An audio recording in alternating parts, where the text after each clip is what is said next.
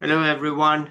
Today, I'm very lucky to have with us a journalist. His name is Jeff Joseph. We don't have too many journalists on this channel, so I'm very happy that he's here. And so let's listen to him. Over to you, Jeff. Thank you, Subhaji. Thank you. First of all, sorry for the confusion in a way which started with late and all. So to introduce myself, so my name is Jeff Joseph. I'm a journalist right now working independently.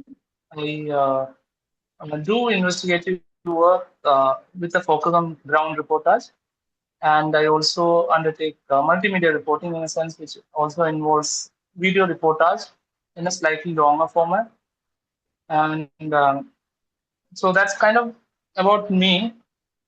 And before I became independent and started working independently, I was previously involved with two journalistic outlets or publications in a way. One was a publication named Lead, which was based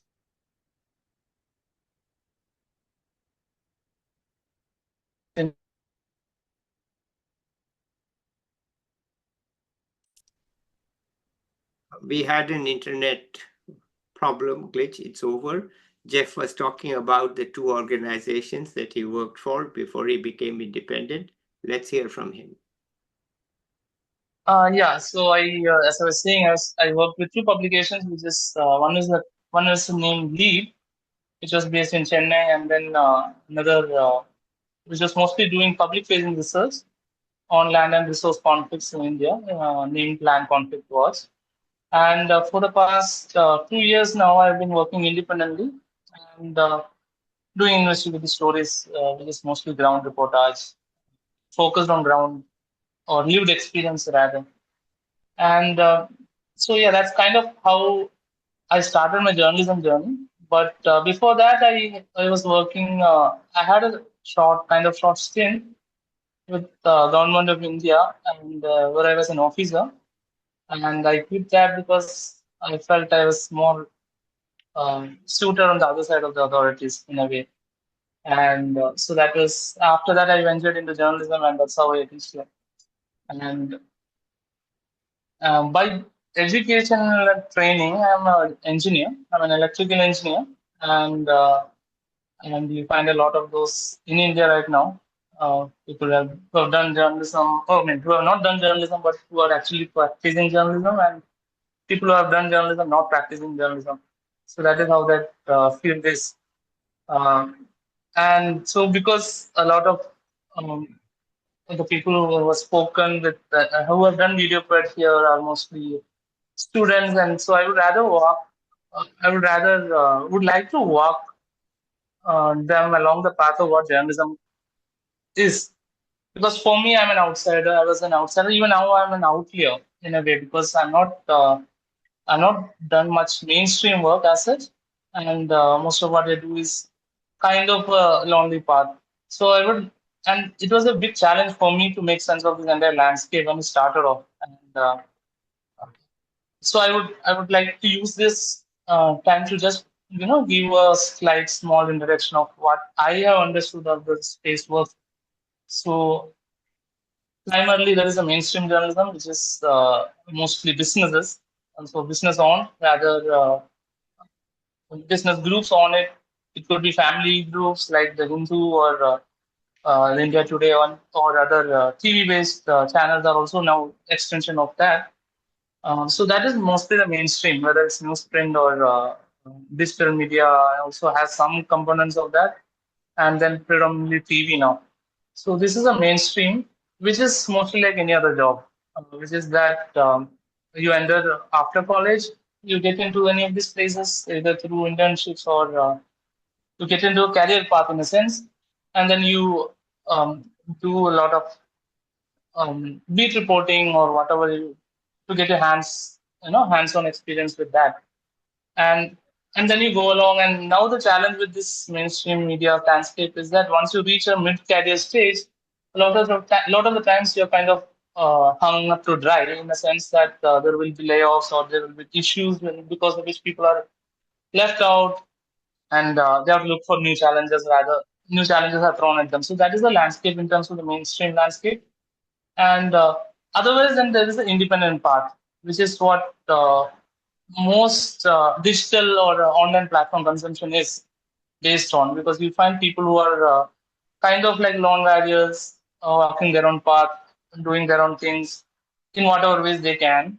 Not necessarily they get the eyeballs that is captured by the mainstream, but at least in India's case, they do a lot of important work. And this is now by extension also carried over into this boutique journalism, which is a lot of platforms that are propped up in India, which undertakes important journalism in the sense things which are not as eye candy or which are not as I would say not as rewarding because of not being pro government or very palatable to the government systems. So that is another scenario. Um, and then in a way, if you look at it, you also have a similar landscape in the um, vernacular or other Indian language landscapes also, media space also. Now, as you go into the other language landscapes, the payments and how we support these systems, sustenance becomes very challenging because it's very difficult in that sense. This is just to give a sense of how this place is, because from the outset, like when I started off, it looked a very important space in terms of you're raising important questions, you're doing work that you think is important, you're also learning about the world, you're also learning about different aspects of the country, because that predominantly that is what mostly draws journalists into this profession, because they are kind of curious to know the environment, the surroundings, how things work, how this what the power equations are, uh, how things are getting affected with um, day-to-day changes. So this is basically it. Now, going to college and all is useful to get into a mainstream publication in the sense, even though it's not necessary because it's a very, I would say it's a very open space, and journalism is very easy to do. For anyone can be a journalist for one day. The challenge is to continue doing it over the years, because you can pick it up and say that, see, I can do this, and it's very easy to say you spend 3 months, 4 months on a story and you have done something, you got something to show. Now and then you can just turn back at even with mainstream journalists and say that, see, you guys are not doing any good work, or even to independent journalists and say you could do much better.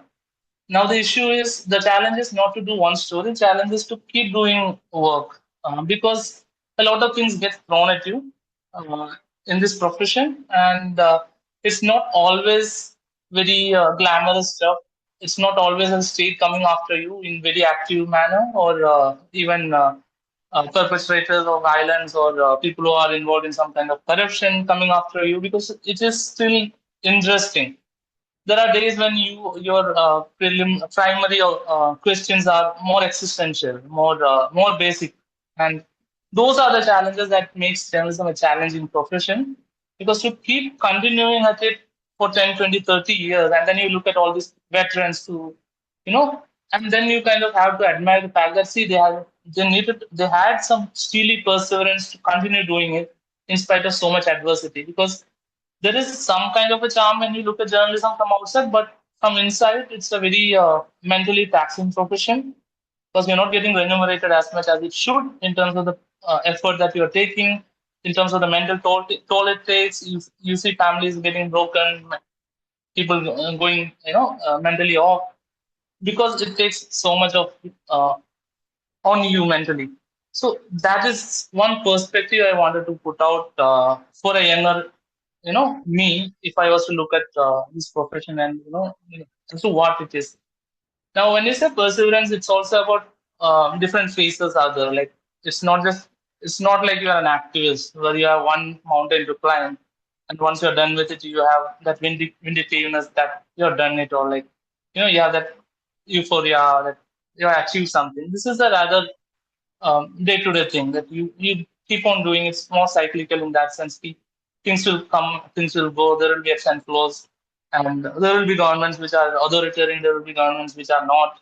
There will be governments which are maybe not suited to your political interests, maybe those that are suited to your political interests. So the challenge is also to maintain some kind of a neutrality in your sense of belonging, being grounded to judge these things properly, because it's very easy to get carried away. It's and any political or any kind of situation that exists in the country or in the world, it can judge, it can affect your judgments, and you can become carried away on that.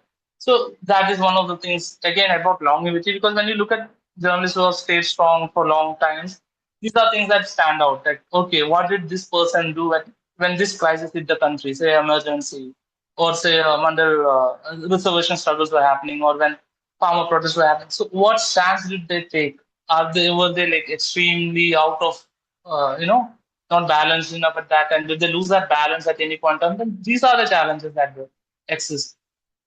So these are also things which should be used to judge how good a journalist is in the long run. When you look at so-called veterans, also, it's not just about continuing in a profession and having a very good uh, or even founding organizations which are pretty well off financially. It's more about these things. Who did you side with, or did you side with uh, people at the particular junctures of history? So that is one aspect that I want to talk about journalism. And yeah, so if you have any questions, I would. Uh,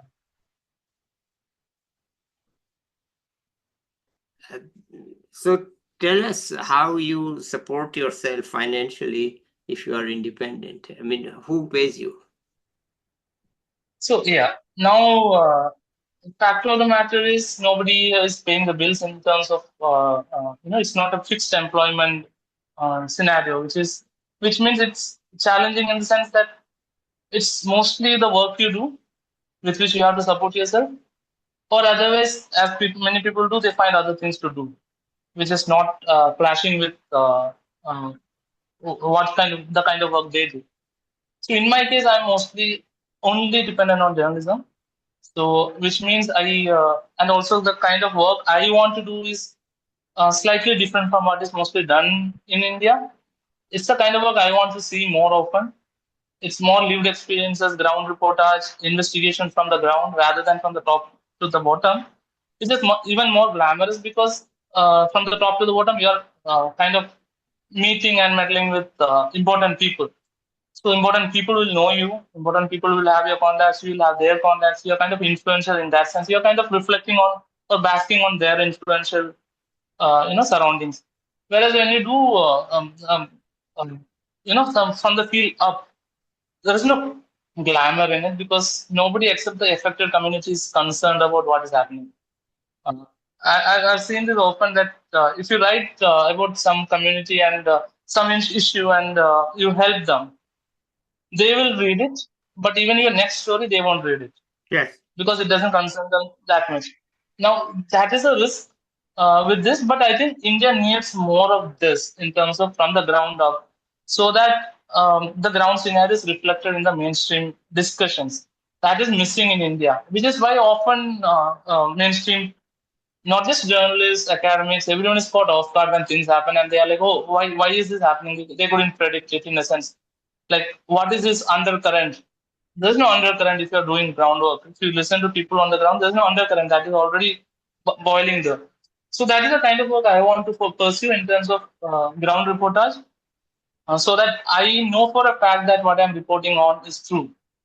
It's not based on some expert's opinion. It's not based on some an academic who has done a research paper 20 years back, and then he is still running that cycle of continuing with that.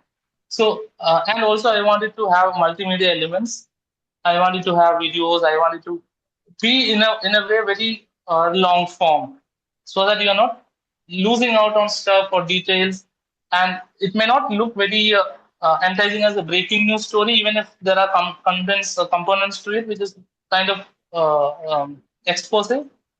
But in the long run, after 10 years, 20 years, when you look back, it gives you a proper sense of what things were, what things were. This is like a milestone in time, so that once you look back, you can see, okay, on this issue, this is where things were.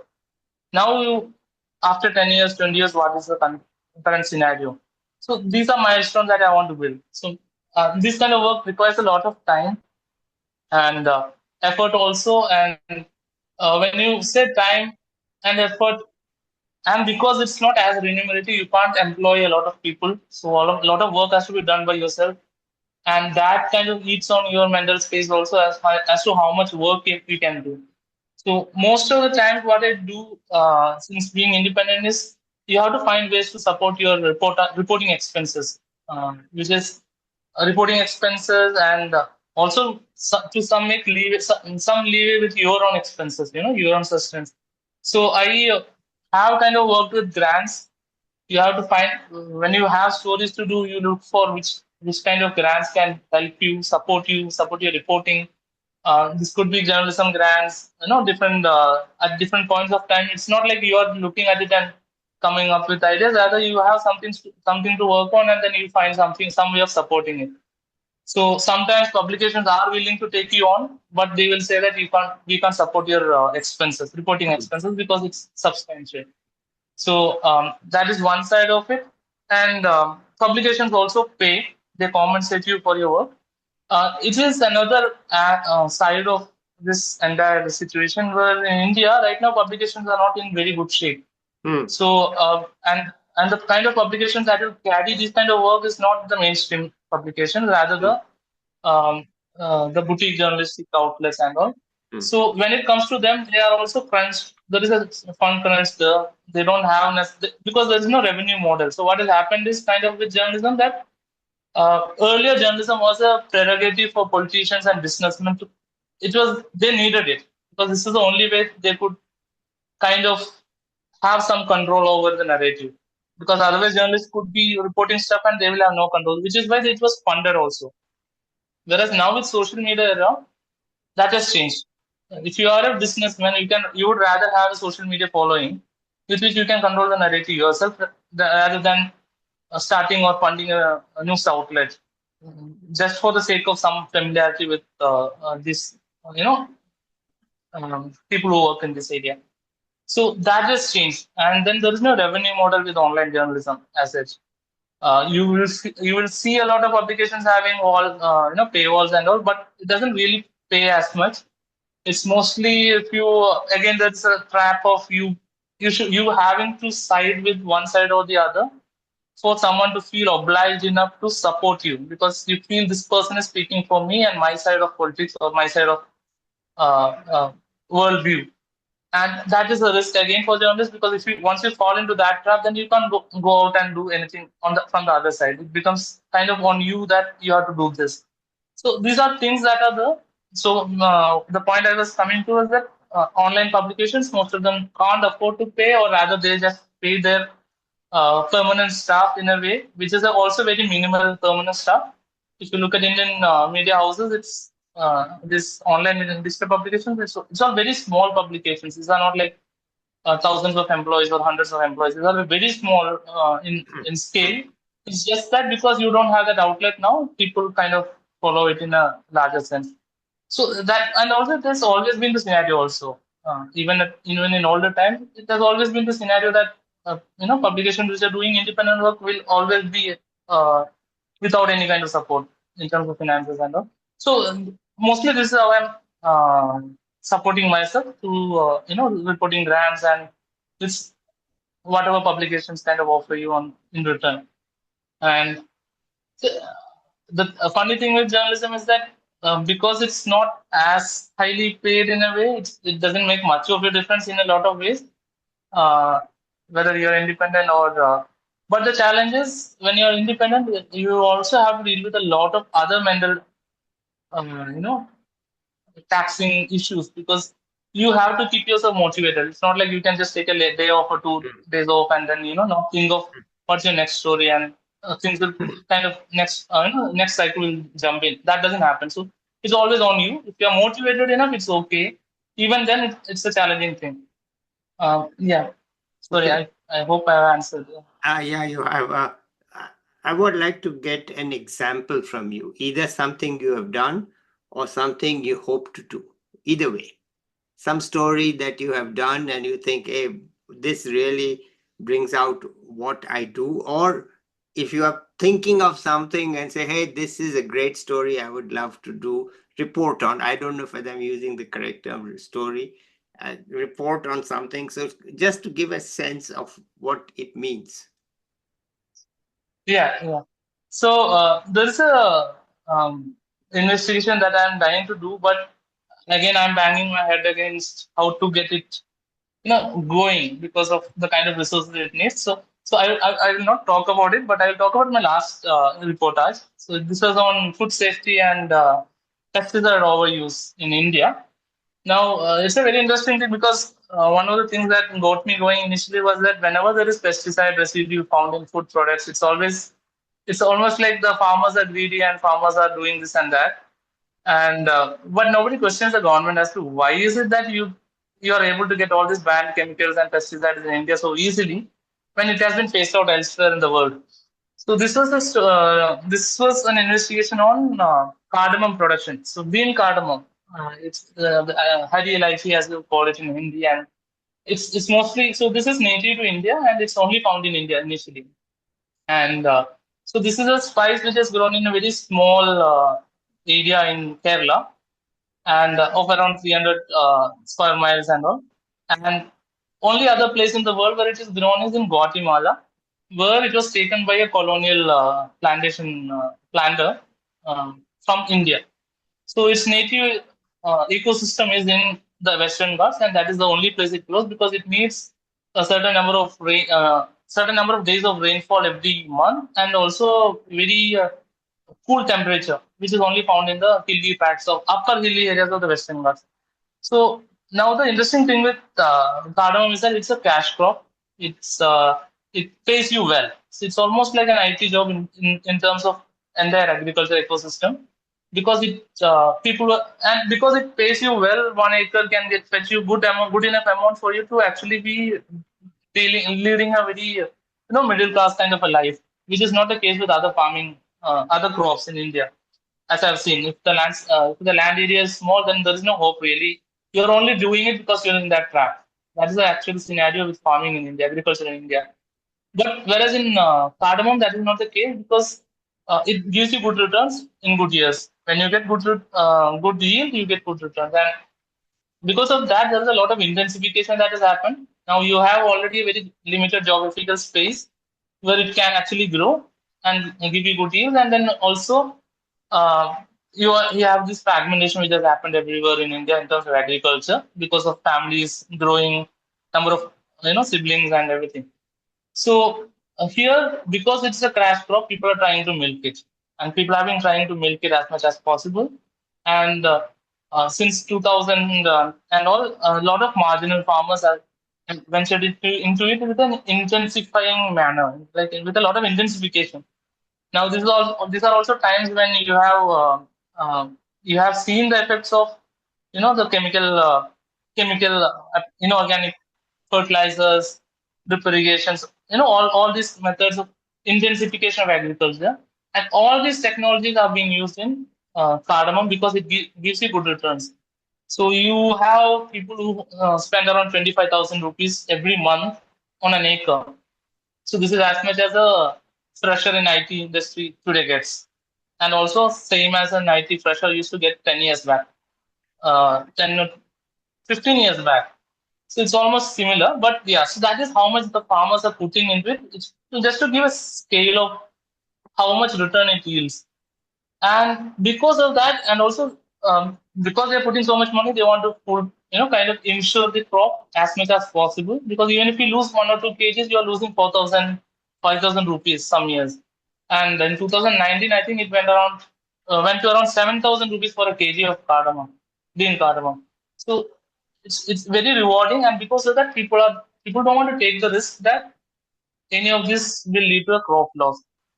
Now the thing is, you have farmers applying pesticides and everything, and also just to bring in the other scenario from the consumer side of things, you also have export market rejections, which happens from time to time. Like within India, we don't have that much of an oversight on these things, but from the export market, you have like recently you had issues with Saudi Arabia, you had issues with Qatar, you had issues also with other masala powders with I think it was Hong Kong which rejected it. Even Nepal banned Indian spices. So these things happen over time, and then you kind of have a consumer base, such a big consumer base in India, which consumes all these spices, but are not really concerned about what is inside them. So in the export market, you are getting these rejections because of pesticide residue. But what is scenario in the domestic market? So I collected samples from five cities like Delhi, Bombay, Bangalore, Chennai, and Hyderabad, and I got the samples tested at a government approved institute. So their results are approved, or rather, that is what is taken for the export market as acceptable results. And what I found was, so all these samples had pesticide residue in them, and we detected, I think, 11 pesticides out of the 50 we tested for, which is all above the 11 were above the, or rather, I think 11 were tested, 11 were present, and 4 or 5 were above the maximum residue limits, which is fixed by the FSSAI, which means these are unfit for human consumption, but it is available in all the domestic supermarkets in India. Now, the story I did was, it took a long time because first you had to do it from the consumer side of things, as to whether the produce you are getting is safe. And on the other side, you also had to wanted. I also wanted to go into the ground and to see what is the reason behind this much pesticide residue being present. So again, so once the testing was done, I went to the ground for multiple phases of reporting. I think it took around 10 or 11 months of continuous reporting. I used to go there, stay there for 1 or 2 weeks, sometimes for 3 4 days, and you meet with people and everything. So just to get a sense of how things work on the ground. And now, even though you can easily blame the farmers for it, it's not really the farmers' case that government is not regulating the pesticide market in India, because these are pretty large companies in terms of how much control and lobbying power they have. And so that is at the core of it. And that is a question that is never getting asked. And this is one reporting that I'm really proud of in terms of, because of the kind of legwork I had to do, and also I was kind of satisfied with the um, conclusions, because I had pretty solid evidence to back up what I had found. Uh, Pesticides which have been banned were being sold on the ground openly. Agriculture officers were talking about coercion from political side, saying that you can't take action against these pesticide shops because if you do, you get transferred, or you get kind of politically you get the message that you are not to act on these things. You just stay there and take your salary. So and that is the ground scenario. Now, uh, so this is the story. This is the reporting that my recent reporting, which I'm kind of proud of. Yeah. Okay, I think it's a great job. I mean, obviously, everybody should be very concerned about unfit food. People are not that concerned about it, but they don't know what they are doing. So I'm glad that you have highlighted it in the case of cardamom, because the story is the same in almost every crop. Okay, it's great, wonderful. All right, great. Anything else you want to tell us that's important, high on your mind? Some tips for young people, maybe. I mean, you have told a lot about what's journalism, but just some general tips for young people, how they can get ahead, and so on. So, just some thoughts. I think we should read a lot. People should read a lot. I think that is one thing that I've often found. I mean, one good thing I've seen with this, you know, the younger lot is that they're all very free with their opinions, and they all have very strong opinions on things, and which is a good thing, because it is not always the case. And it has not always been the case in a way. But on the other side, I mean, if you ask for college going graduates and students and all, it's like, read a lot. You should read a lot, and also from all kinds of political spectrums, to try and gain, insight into what their perspective is. And then you won't see as much, kind of like a knee-jerk reaction, or a touch me not kind of reaction to you, whatever you think is correct and good and all good and all. And that temperament has to be brought in India. in India, not just in India, I think entirely like the entire world has become like a chai shop masala talk kind of a corner. Like, the kind of talks that used to happen in a tea shop is what is now global discussion. What is dominating global discussion, and that is also the level of it. So I think people should read a lot, and only once you have done a lot of research and read enough or done some kind of a groundwork, you should, you know, hold on to your opinions very strongly. You should have opinions, but for you to have a conclusive thing, you should kind of explore that idea a bit more rather than just skin deep. I mean, I'm not very. I wouldn't say I'm the best person or most suitable to give opinions and all. But since you asked, I'm just yeah. I'm asking. All right, great. Thank you. Is there anything else you want to add here?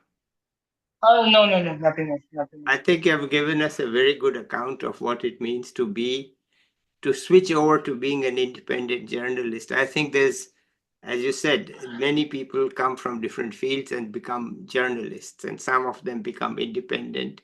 And you have chosen to do investigative, meaning take your time to understand the situation and then bring it forward. Okay, great.